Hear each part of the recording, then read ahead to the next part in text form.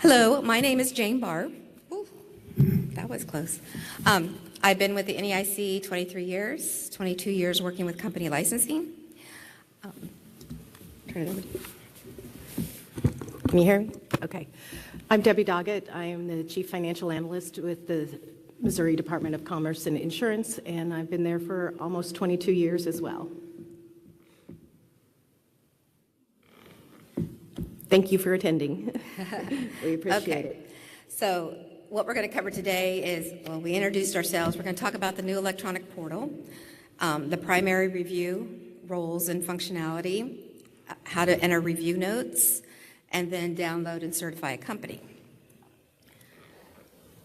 So first off, everyone who's in here, have you been into the new portal? Only 2 people, okay. For the others, were you even aware that there was a new portal? Okay, so you've had some kind of training in the past on the new portal? No.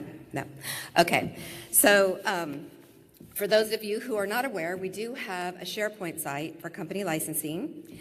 So if you want to have access to that, which has all the regulator tools on and videos, demos of the new portal, FAQs on biographical affidavits, best practices, user guides on all the applications. So all of this is stored on the company licensing SharePoint site. So if you don't have access to it, then send me an email and I will send you an invite so you have that access. Because when we do the training for the expansion application, which will happen next month, those videos will also be placed on the SharePoint site, so you can access them at any time. So this is what the dashboard looks like in the new portal. If those of you who've not received a primary application or a redomestication application, this is what the dashboard of the new portal looks like. So, and in the past, you'll remember that the primary application consisted of startup companies, port of entry companies, and then companies looking to redomesticate. When we created this new portal, we separated out those 2 applications. So now the primary application is only for startups and port of entry, and the redomestication application is strictly for existing companies redomesticating from one state to another. So I know there's been some confusion when companies call and say, I'm looking to redomesticate, and the state told me I need to do a primary application. It's no longer recognized as a primary application. So on this new portal, you'll see that even industry and regulators have this same dashboard.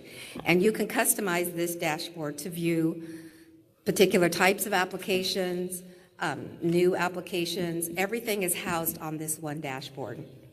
You'll see over the highlighted area, that's how you can set up your filters, and they're customized for each person who logs into the application. So you only see what you want to see. So if you solely work on domestic applications, or you only work on foreign applications, or you only work on corporate amendment applications, you can customize this dashboard to just see those applications. And then the company details that you see over on the my right-hand side, that's actually going to change a little bit, and we're actually going to put the link at the top where you see applications. But this is similar to the company demographics. So every licensed company will have a company detail, and we're actually going to capture more information from the application into this company detail. So you'll be able to see the lines of business that a state has authorized for a company. You'll be able to see quickly the officers that are listed for that company, the statutory home office address. So the day that they were incorporated, the day that they were licensed, all of this is captured within the electronic application. Is there anything in that? Okay. So then once you get into an application, this is called the summary page. And you'll notice that bar across the top, that's the status bar. So those of you who have worked in our legacy application, you realize that when you get into that application, you have a main menu, you pick the status date that you want to update. You don't have to do that anymore in this electronic application. As you move through the application, we're automatically going to update those statuses for you. So you'll see at the top, you have summary, you have tasks, You have RFI, which means request for information, so that takes the place of the UCAA email. And then you have an audit history. So now you can see everything that you do in the application, and it's recorded in the audit history. You'll notice that in the center section where it says details, statuses, substatuses, we have a substatus of in progress or paused. And we've done this to help with the accreditation recording of an application. So anytime the state reaches out to the company via our RFI, it's going to pause the application, which means that the state cannot continue the review until the company replies to that RFI and provides the information that the state needs to continue the review. So hopefully, I'm not going to give you a date, but hopefully soon we'll have management reports so you can track the applications that you received, how many days it was in progress, which means how many days you were actually able to review that application, and then you can provide this information for accreditation because, you know, those of you who are familiar with company licensing best practices handbook and the accreditation standards is that it's, you know, they would like it to be 90 business days for a review of a primary or redomestication application. So we'll do that count for you with this application.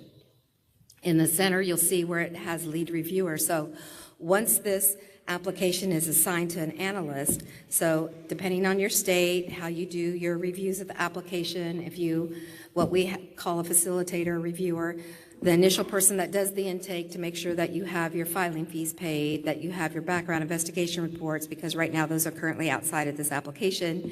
Then it's assigned to a lead analyst who's going to be responsible for reviewing this application. Now, they may disseminate part of the application to other areas if they do send the biographical affidavit to your legal department, or you have an outside consultant to review, you know, the investments of the company. All of that, you can set up tasks, individual tasks for each application, assign it to an individual. They'll get an email notification that a task has been assigned to them. Feedback that we've received from the states is that once that task is completed, it'll send an email to the lead reviewer so they know that those tasks have been completed. And then this company also has the same status bar. Now, they can't see anything that the state does. So if the state assigns a task, the company doesn't see that in the audit history, but you have that captured in the audit history. If the state, you know, sends an RFI, well, the RFI is going to be recorded there, and the company can see that too because it's going to come to the company. But the same as if when you complete a task or somebody completes a task, that's all logged in the audit history, but the company doesn't see that. So they only see what's mutually available for them to see, which is the status of the application, and then any correspondence that the state sends to the company. And then you'll see that little section over there that says documents. So everything you can reach from this summary page. That's where the state will go to actually open up the PDF document of the application. This is where the review notes will be. If you have internal correspondence between the facilitator and the reviewer, you can reply to these notes internally. The company does not have access to this, and the state can download all parts of this application. Is there anything you want to add? Yeah, so in Missouri, one of the things that I think I've had 5 or 6 applications now, one or 2 redomestications and the rest primary. And when I first started doing this, I started assigning all of the tasks all at once. So everything that we needed to do in that application, I was assigning it. With the latest one that I got, I decided, well, you know, since it sends an email directly to that person wants to work in it. So rather than sending it to both the analyst and the reviewer, I'm just going to send it to the analyst for them to start working in it. And when they complete their task, then I'll assign the next task to the reviewer to go out and review that. And that way it's a little more timely for them to review those tasks. We do download all of the documents outside of the application, mainly because although every document is viewable within the application, it's pretty small. And so for us, it makes sense to download it, be able to look at it in a full screen format, and be able to utilize our work. We're still working within the application to document some of our notes and things like that, but we do our review kind of outside of the application a little bit, and then document our status within the application. So if you've got any questions regarding what tasks to set up and that kind of thing, in Missouri we have tasks. We have to send our articles of incorporation over to the Attorney General's office for them to review it. Now, the Attorney General's office does not have access to this application, but I do set up a task for myself to make sure that I have a task that says, ensure that we receive the certification back from the Attorney General's office. And once that's done, then I sign off on that task. So you can utilize it however your process is within your state.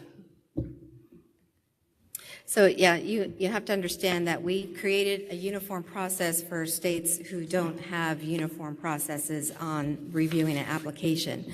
So just to let you know that on the reviewer role, so before we released the first primary and redomestication applications, we did survey the states and we asked who their application coordinators were in the state. So, and this would be the individual who does the first initial intake. So before, when you received a paper application, somebody would go through the checklist and make sure that all of the required information was there.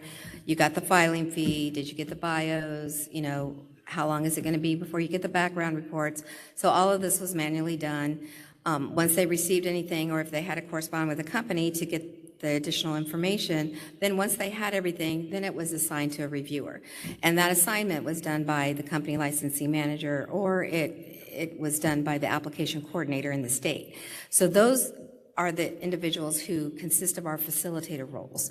And then everyone else who reviews the application is a reviewer role. So currently, unless that information is given to us on who those facilitators should be, that's the individuals that as soon as the application is submitted, they're the ones who are going to get the email notification that there's an application out there ready for them to review. So the reviewer list does not get those emails. They only get emails internally if a task is assigned to them. So that's some of the feedback that we had with the legacy application, is that everybody was listed, everyone who had a role was listed in the UCAA email, and they were getting emails all the time, even though they weren't working on that application. So now we prevent that from happening, and the company can only email you if you reached out to them first. So if the application is in the current review of before the state accepts it as complete and the company reaches out, they don't have a distribution list. It automatically goes to the facilitators of the state. So, and then they receive that email and they correspond with the company. So whoever, if you have facilitators who only look at property applications or life or health or whatever, then, they would need to decide who's going to respond to this company based on the application, or, however it's set up in your state. Once it's assigned as to a reviewer, and we have that lead reviewer listed on the summary page, then if the company reaches out to the state, they reach out only to the lead reviewer, because that's the person in charge of, coordinating the entire review of the application. Now, some of the feedback that we had from the states is that they would prefer that their application coordinators be the one communicating with the company throughout the process. So the way it works currently, if you were to get a primary redomestication application, is your only choice to assign a lead reviewer is someone that you assign a task to. One of the updates that we'll make with the release of our expansion application is that we're actually going to have an action bar for you to manage who the lead reviewer is, so you can change it anytime during the application if you want one particular person to be in charge of coordinating the entire review and communicating with the company, even though they may not be doing the initial review of the application, but we changed that functionality based on feedback that we received from the states. So that's currently how we have our facilitator list set up. So if you want to know who the facilitators are for your state, send me an email and I'll let you know who they are. Currently now, everyone who has access to UCAA in the legacy application was automatically brought over into this Appian tool, and you are assigned a role of a reviewer. So if you need to have that role changed, then let me know. You won't see anything until you actually go in and authenticate your user ID. So, and that's a separate process. So if you need help, let me know. We'll walk through that process, but you have to authenticate with Okta before you can actually see anything when you log into the Appian portal. So in Missouri, we have our application coordinator who gets these emails, but I also get these emails, and I assign myself as the lead reviewer for the primary applications. Now, when we move into the expansion applications, I no longer handle the expansion applications. That used to be something that I did, but now we've got another person who is over the licensing portion of it. And so my understanding is that for the foreign applications, the expansion applications, we can assign a different facilitator to that. So I will no longer have to get all of those emails myself, as Jane described. So again, the system is very flexible in who you can assign tasks to and how you organize your applications. So this view in front of you is, again, the dashboard, and this is how the facilitator would see their dashboard. It would list all the applications. You know, you have your tracking number, company name. This is going to change a little bit as we roll out the expansion application, because, you know, with the redomestication and expansions, you do have an NEIC company code for that company. So this was designed more for the primary app. So where you see the tab application on that gray bar, we're actually going to have domestic and foreign. So we have separate dashboards for domestic applications and then separate for the foreign. Because with the foreign, it can go to more than one state. With a corporate amendment, it can be more than one change type. So we had to make allowances for the differences between a domestic submission and a foreign submission. But again, it's going to show you the status. So when you first log in, you can set this up any way you want. This is my test view, so if I want to go out there and just look at applications that are currently under review, then I just click on my review, and that's what I see. If I want to look at applications that have already been certified, then I have my filter set up for that, and so forth. And pending certification, pending state acceptance, which ones are paused, waiting on the company to correspond back with me, or just for redomestication, the difference. So again, you can set up your filter any way you want, depending on how you want to look at the application. Yeah, at this point, I don't have any filters set up, but I only have, like I said, about 6 or 7 different applications, so it's very easy to see all of them all at once. Once we start getting more applications and my screen starts filling up, then I probably will set some filters for that. And of course, with the expansion applications, those come in a lot more steadily throughout the year, so I can imagine that the filters are going to be a lot more useful once we get to that point. And another difference is where you see that word application, when we roll out the expansion, is we're actually going to have a task list up there. So if you're assigned a task on multiple different applications, you can just go to that task and see what all your open tasks are, instead of going down and clicking on the tracking number, go into the app, click on tasks to view that task for that company. You can actually just hit a quick link for task and see all your open tasks for every application that's assigned to you. And again, we have a company licensing forum call set up for September 30th, where I'm going to demo these changes. I'm not going to demo the entire application, just show you what's different between our current domestic application and the enhancements that we made for the expansion. There won't be any emails set up, but there will be links available on the UCA website when you log into the legacy app, if you log into the Appian app, and on the company licensing SharePoint site for training that I'm setting up for over a 3-week period in October. So you can choose the week and day and time that works for you, and then that's where we'll demo the entire expansion application. Again, those will be recorded and posted in SharePoint. So it's signing tasks. So once you're in the application, the facilitator would go to assign facilitator tasks. So depending on how your state works, if you have specific tasks where someone is in charge of making sure that the filing fee was paid and it was the correct amount, if you have someone else who's checking to make sure you have the background investigation reports for the biographical affidavits, then that's what you can set up tasks specifically for that. Just keep in mind, if you've never seen the demo of the application on the company side, we've built in all of those requirements, and you may be aware of this, that we did away with Form 1, which is the checklist, because we built all of those requirements into the application. So there's no way a company can submit an application if they didn't attach a copy of their filing fee to show that they paid it, if they didn't attach a biographical affidavit for an officer, because we actually have them list their officers, and before they can actually validate that, they have to have an attachment there for biographical affidavits. If your state requires fingerprint cards, then they have to acknowledge that they submitted a fingerprint card for that individual. So we do all of that checklist verification before the company can even submit the application to the state. So that will save time on whoever reviews the initial intake. So what they could do is just go to the documents, look at the PDF, look at the attachments for that PDF, and verify that, yes, they do have a bio for each one of those. You want to open them up and look at the bios. Same thing for articles and bylaws. You know, if it's required for the application, then you can open up that PDF.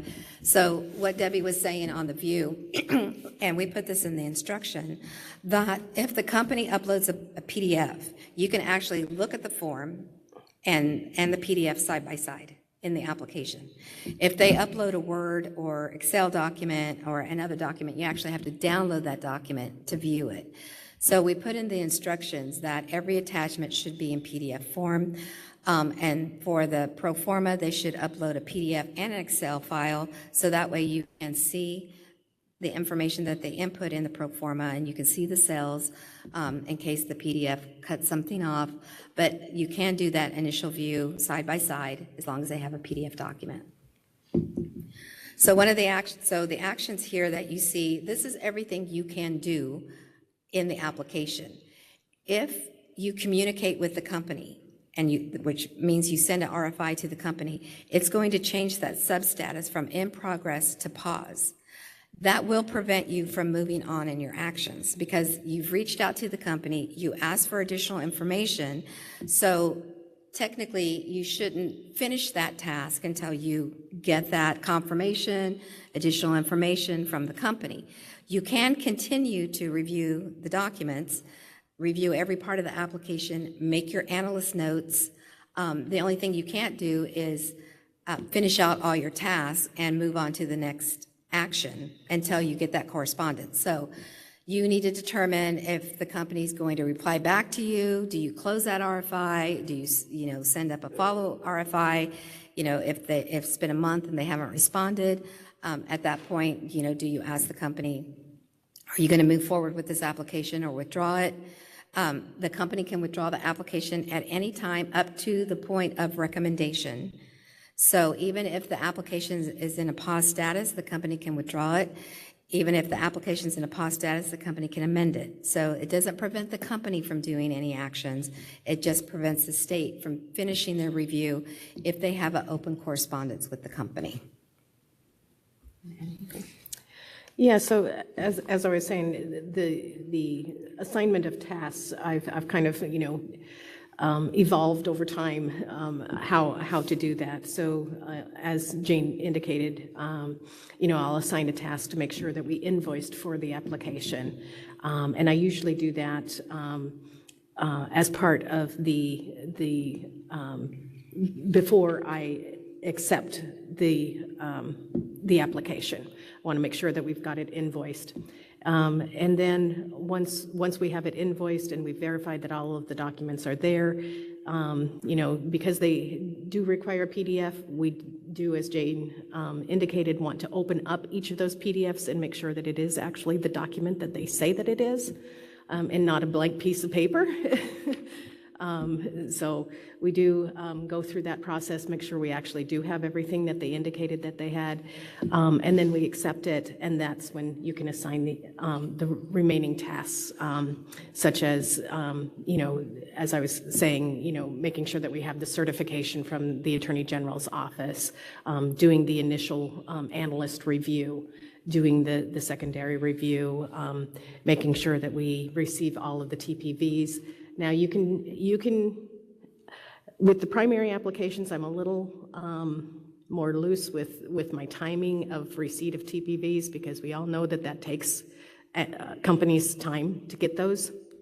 And I don't necessarily want to hold up my analyst reviewing the application on a primary application while we're waiting for TPV. So I'll let them review everything else while we're waiting for that. So I don't put that in there as a completion task and making sure that it's complete. On an expansion application, yes, I'm going to do that. I'm going to assign receipt of the TPVs up front before it ever goes to my analyst, so that they have everything that they need to be able to review that expansion application. But on a primary, I'm going to wait and hold that task for later. So again, you've got some flexibility in the way that you assign tasks and whether or not that holds up the next step in the process. So this screen is showing you actually how you assign a task. So again, depending on where you are in the application, and this is for facilitators, your drop down of who the reviewer is only going to be those individuals who have that role of a facilitator. So if this is for the initial intake, then it's going to be your application coordinators, company licensing manager, and it may be that, the application coordinator will review for filing fee, review for bio and background reports. Once they complete those tasks, then they can assign it to the company licensing manager and let them know that they've completed their task. They're ready for them to go in there and assign the reviewer. So again, you can, right now, the way the application works is you have to type in your task name and type in the description of the task. So with the release of the expansion application, we actually created a task bar on the dashboard where you can go in and write out your tasks for a specific type of applications, whether it's expansion, corporate amendment, whatever those task lists are, so that when you come in to assign your task, then you hit that drop-down menu and all your tasks are listed there, and then you just pick and choose what task, and it has the description of the task, and then that's all you have to do is just assign it to someone, pick the task, and then submit it for them to get the email notification. So, and again, that was feedback that we received from the states. It was a burden to type in the task every time. So we allowed them to monitor how they want to set up their own specific task, and it's just for their state, just for the application type that they choose. So you have that flexibility to set up the task the way you want it. Same thing, you set it up for the role. So you set up specific facilitator tasks and specific reviewer tasks. Okay, so this is talking about the notes section. So again, on the summary page, I told you there was a little button down there. It said documents, so you would click on that, and then you would actually see where you can make your selection. So the first view you're going to get, you would see all the attachments there. So now you can go and filter. So again, for the facilitator, if they wanted to just hone in on a specific document and look for the attachments for that document, then they would go and select a section. And the sections are, broken down by the application. So general information is what we consider to be Form 2. Then you have the questionnaire. The questionnaire was broken into 3 questionnaires. We have a main questionnaire, which every company has to answer, a holding company questionnaire that they have to answer if they're part of a holding company, or a life questionnaire if they're filing for variable annuities or variable life. So again, if a company is not part of a holding company or is not applying for lifelines, then they would only have the main questionnaire that they had to complete for their application.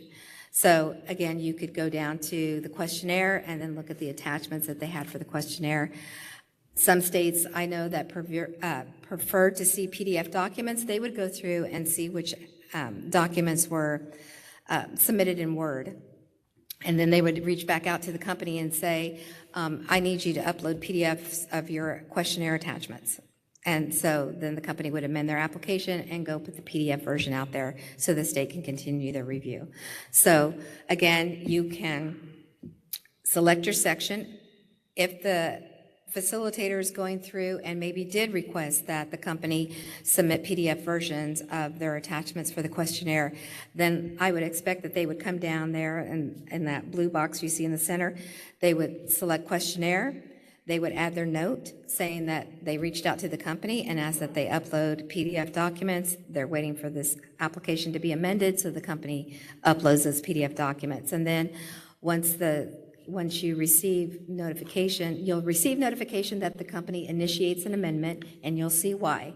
You can still continue your review. So if those of you who have worked in the legacy app know that once a company initiates an amendment, the application is gone. So now you have full access to the application, why it's in amended status. Then the company makes their amendment.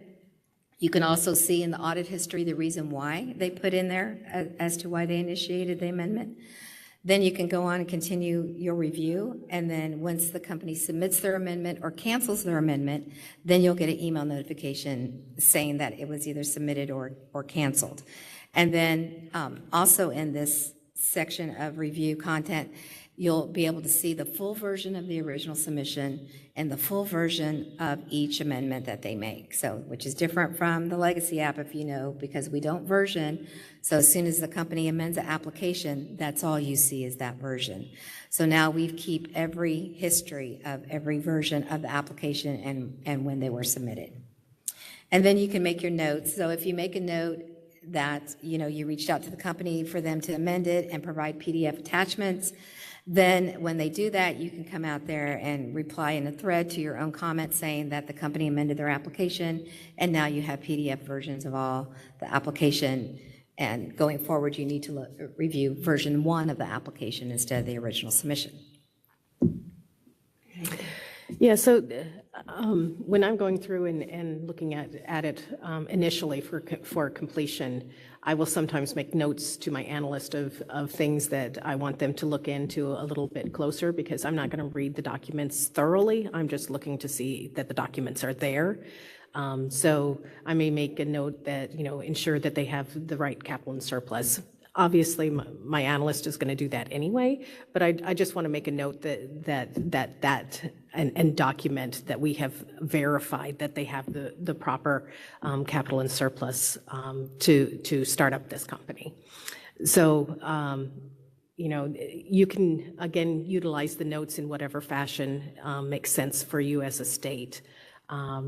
And then, they can reply to your notes, or as Jane indicated, you can reply to your own note.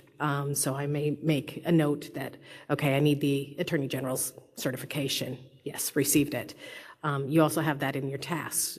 So however you want to do it, whether it's in a note or it's in a task, you have that availability to do that. So for those states that, have to correspond with outside individuals that may not have access to UCAA to review certain parts of the application, or if you hire an outside consultant or an actuary that you send them documents to have them review, and it's outside of the UCAA, then what you could do is add a note saying that on such a date you sent this material to this individual. And then, 2 weeks later, when they reply back to you, you can hit reply in a thread and just copy and paste that email into the note and then upload their attachment, because you do have an attachment option in the notes.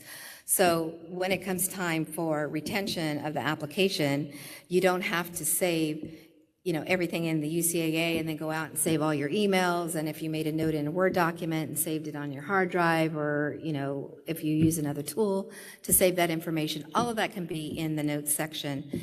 And then when it comes time to download, download's not next.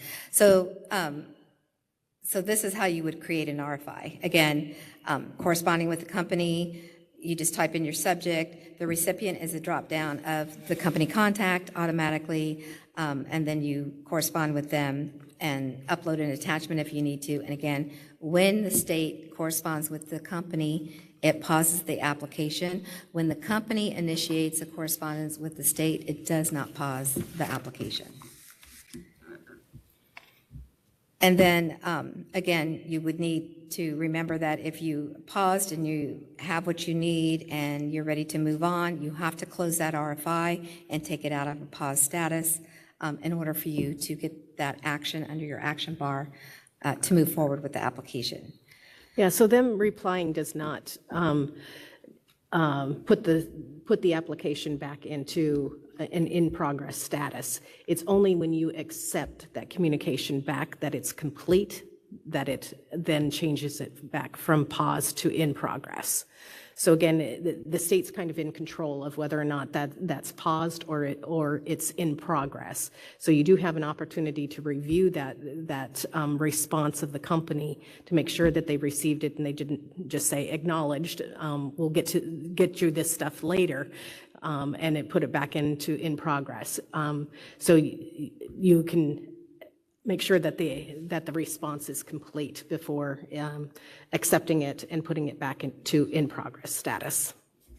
So one of the things I want to point out too, and this is some communication that I had recently had with some states that actually received an application through the new portal, downloaded it, did their review, and certified the company outside of the portal, and then wanted to come back in and close it out. And I just wanted you to understand the difference between this new portal and the legacy application. In the legacy application, you could go in and backdate all your status dates and then accept the application as complete or application process, which means you certify the company. In this new portal, you cannot do that. You actually move through the actions and it automatically creates the status date for you. So if you have an application in the new portal that you reviewed outside the portal, what I suggested that the states do is actually create a task for every step of the review process that you did, and then complete your tasks and move the action button through all the way to certified. And the date of acceptance, review assignment, review, recommendation, and certification may all be the same date, but you've recorded every action that you've done and the date that you did it as a task list, which is part of the audit history. So that when the accreditation does come out and look at an application and they say, well, you received this primary application and it was submitted in January, and then every other step was all completed, August 30th. And when they go to the audit history, they can see your whole process of what you've done. So just keep in mind that you cannot go back and backdate any of these status dates. You have to move through the portal to update those dates. So, and then again, you're assigning a reviewer task, which will be different. This selected lead reviewer I told you is changing. So instead of actually doing it when you assign a reviewer, that'll be an action button on the summary page so you can update that lead reviewer at any time. Also, some states have told me that after the company is certified, whoever did the initial, or maybe did the review of the application may not be the state contact going forward. They may assign it to somebody else. That person may leave. They may need to assign it to somebody else. So again, that contact, once it's in the application, is called lead reviewer. Once the review is done, it becomes the state contact. So if another state has questions about this company, maybe they get an expansion application later, they want to reach out to the domestic state, they want to know who to talk to, we have this state contact listed under company details, so they know who in the state to reach out to. That can be changed at any time, even after certification. So just keep in mind that as you're moving through the application, you may assign it to a lead reviewer, but once the company is certified and you assign that company to an analyst or examiner, going forward, that you can change that individual, that contact. So that is going to be a difference between the primary redomestication and the expansion. These changes that we made to the expansion, we'll go back and roll them into the primary redomestication application. So now we're at review, review assignment, and then ready to complete the review. So just keep in mind that when you are ready to complete your review, there shouldn't be a need for the company to amend their application and change anything. So if you are reviewing an application and maybe your decision to certify them or license them is going to be based on the lines of business that they applied for, and maybe you don't want to authorize every line that they applied for, and you want to put a stipulation in there that, you know, you applied for all of these health lines, but we're only going to give you maybe 3 of these lines. Where you certify the company is the information that we're pulling in. So if they applied for 7 lines, but you only intend to authorize 3 of those lines, you know, the company cannot go back and amend this application once you make your recommendation to license them. So if you want them to change Form 3, then you need to communicate with them that they need to do it before you make your recommendation. So there are certain, I mean, because when you get to that point, the company cannot amend their application. So if they didn't attach their certified articles or whatever else you need at the time that you are ready to license them, you need to communicate with the company first to have them do that before you are ready to certify them. Is there anything you want to add? No. Okay. So then once you complete the review, and this is for a primary application, you're either going to approve the application or you're going to ask the company to withdraw their application. If you choose to request a withdrawal, then the company gets an email saying that, you know, and you're typing in that RFI. So basically these 2 actions are creating an RFI to the company, that you're telling the company that, yes, we're going to approve you. If you need to attach a consent order or ask them to do any additional information based on the license that they're going to get, then you would insert that in the email, and you can upload an attachment if you need to. If you ask the company to withdraw their application because you're not going to license them, and with the primary application, if the company reaches back out to you and requests a hearing, and maybe based on that hearing, the results of it is that you are going to license them, then you can actually come in and recall your withdrawal. And that basically means it's going to take you back to the approve withdrawal recommendation point, and you can change it from request withdrawal to approve application. So again, that's going to cause, that communication is going to put that application in a pause status. So to see that recall withdrawal, you have to close that RFI. So, and when you close that RFI, it's going to ask you, you know, or when you recall this withdrawal, you have to state, you know, was this because of a hearing? What was the results of that hearing? And you have to upload your attachment. So as to why you changed your recommendation. Anything? Yeah, so for the primary application, the thing that I request at this point in time, of course, is that they put up their deposit. You know, in Missouri, we are the incorporator for our companies, for the life and the property and casualty companies. So we don't approve the application until we know that we're going to allow them to be an insurance company.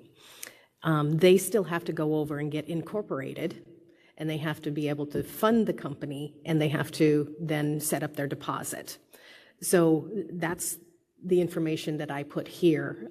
I say we're going to recommend approval as long as you can provide us with documentation of your funding of the company, your operating account, and that your deposit is put in place. And then once we receive that information back from them with those certified documents, then we can go to the next step.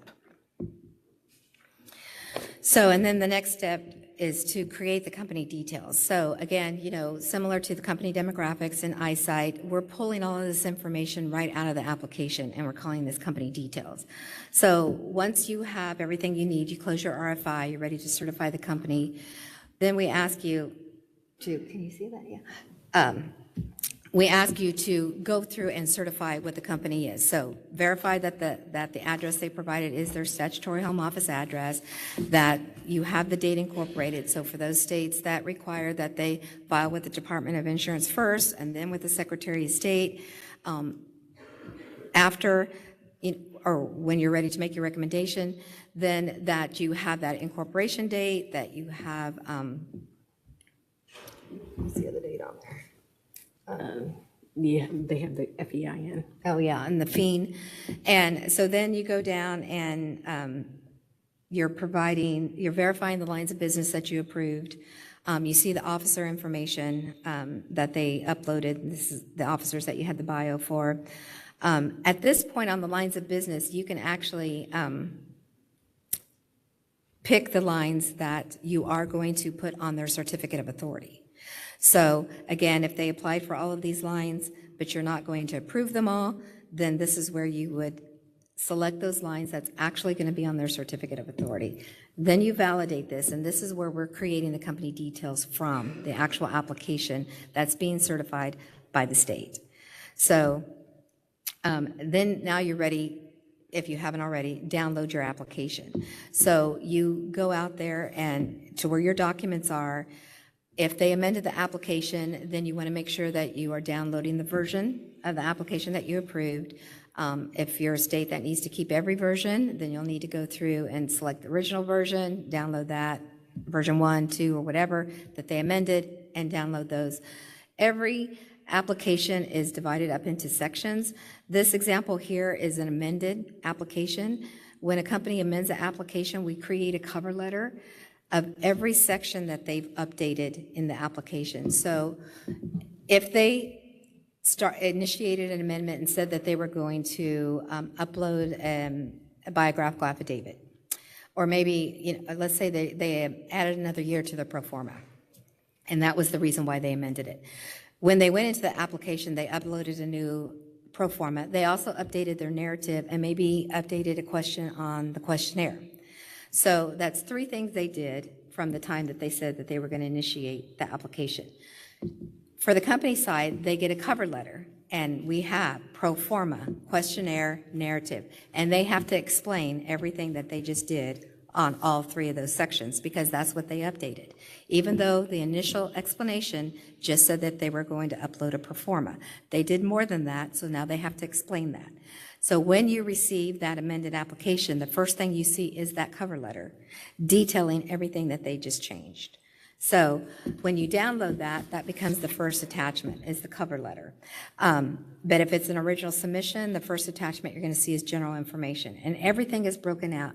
So you have your notes section, and only you can see this. When the company goes to download their application, all they see is the application sections and the RFI, the communication between the state and the company. You, as a state, see the notes section that you created. For redomestication, there's a state-to-state communication where you, as the new domestic state, can communicate with the prior domestic state. We record all of that communication, and it's provided in its own separate folder when you download the application. So if you use another software like Teammate or Zircon or whatever, you can download certain sections and then save it to wherever you need to save it for retention purposes. But just know that for retention purposes, we will keep these applications indefinitely. They'll only stay on your dashboard, and I can't remember what we decided. I think 60 days past the date that you certify it, that it actually appears on the dashboard. But you can do a search on your filter and type in the company name, the code, whatever, and it's going to pull that application right back up for you. So just keep in mind that these applications will stay out there. Want to add anything? No. Okay. So some of the updates that we'll talk about on the forum call are some of the changes that we've made based on how we created the expansion application and then what we need to do for the redomestication.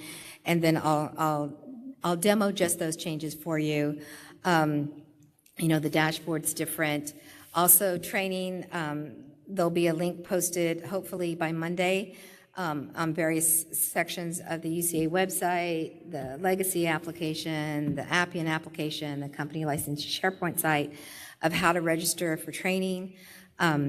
Again, if you have any questions about who your facilitators are and reviewers are, send me an email. I can send you that list, and we can modify it if we need to. And if you have any questions, let me know.